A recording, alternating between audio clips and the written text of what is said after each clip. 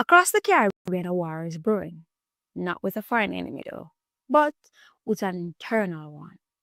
Crime, chaos, and corruption. And at the center of it all is Haiti, the nation crippled by gang violence and crying out for help for so long. Regional unity might finally be the game changer. Who knows? I'm Whitney Mckoy, and welcome back to the African Diaspora News Channel. The Caribbean is finally listening, and they're about to help our brothers and sisters in Haiti. Let's get into it. This week, leaders from across the Caribbean gathered in Montego Bay, Jamaica, for a high-stakes CARICOM summit. At the top of the agenda, crime, violence, and Haiti. Jamaica's Prime Minister Andrew Holness, now chairing the 15-member CARICOM bloc, didn't mince words. He called security a matter of just great priority and boldly proposed a regional war on gangs, comparing it to the global war on terror. Holness is demanding stronger action, not only for his own country, but for Haiti, where gangs have paralyzed nearly every facet of life. In a chilling symbol of the country's descent, Haiti's iconic Hotel Olafson, once a cultural gem that welcomed stars like Mick Jagger, was burned down by gangs the very day the summit opened. Right? The numbers are staggering. It is a bit.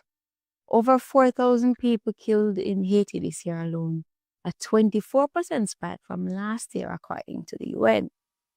At the conference, Haiti's Transitional President Council member Laurent Saint-Cyr issued a desperate call for help. He said Haiti needs the region to speak with one voice and urge leaders to crack down on illegal arms and drug trafficking, the twin lifelines of gang power.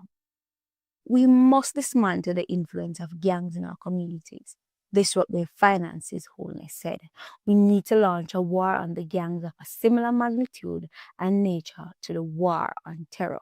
And he's not alone. Antigua and Barbados Prime Minister Gaston Brown called crime one of the region's most significant existential threats. St. Kitts and Nevis' Prime Minister Terence Chu echoed the call for collective Caribbean action. But this is definitely not just about speeches. Holness showed off Jamaica's new crime-fighting tool, advanced surveillance, forensic tech, and predictive policing strategies. These investments, officials say, have helped drive a 40% reduction in murders in Jamaica this year. Proof that with strategy, money, crime can be tackled, which is true as Jamaica has definitely seen a reduction in crime this year. And meanwhile, Barbados Prime Minister Mottley used her platform as outgoing chair to spotlight another threat: illegal guns flowing in from the US. She didn't hold back. She said, "We pay a high price for the Second Amendment rights of the US citizens." New York Attorney General Letitia James has launched efforts to stop this deadly pipeline. Jamaican officials estimate that over 200 illegal guns enter the country every month from the US, fueling the violence, and then some of those same guns end up back on American streets via the drug trade. So we see that it's really all connected. But as leaders call for unity and security, they also push for justice reform.